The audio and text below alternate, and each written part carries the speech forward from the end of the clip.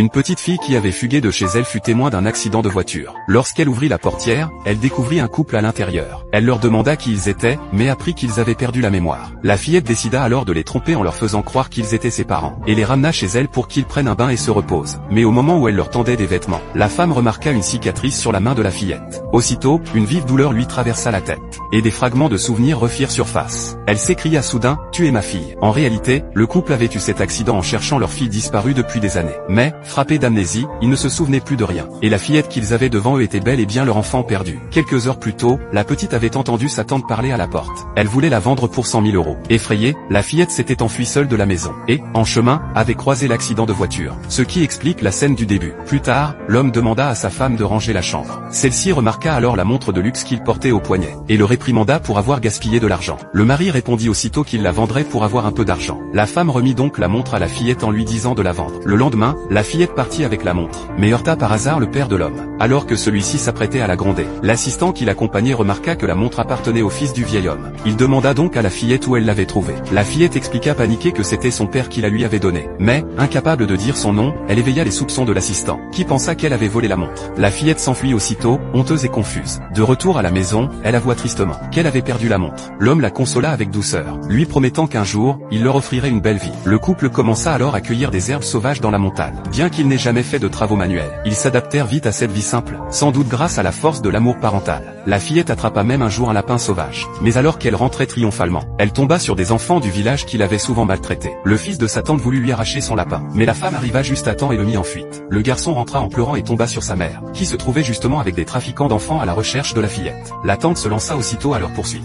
Quand la femme apprit que la tante voulait vendre sa fille, elle la gifla furieusement, mais seule contre plusieurs personnes. Elle fut rapidement maîtrisée. Au moment où les trafiquants s'apprêtaient à emmener la fillette, l'homme arriva et frappa l'un d'eux d'un coup de pied, sauvant ainsi sa femme et sa fille. La tante appela alors tout le village à l'aide, et les trafiquants offrirent 5 000 € à quiconque attraperait la fillette. Le couple fut bientôt maîtrisé par la foule, et les trafiquants voulurent même vendre la femme dans les montagnes. La petite fille se jeta à genoux, implorant les trafiquants de relâcher le couple, disant qu'ils n'étaient pas ses vrais parents, mais les parents adoptifs qu'elle avait recueillis. Touché par ces paroles, le couple retrouva peu à peu la mémoire de l'accident. En un seul jour, il s'était profondément attaché à cet enfant. L'homme réussit à se libérer et frappa le trafiquant, mais celui-ci, furieux, le frappa à son tour et le rendit inconscient. La femme fut à son tour poussée au sol par la tante.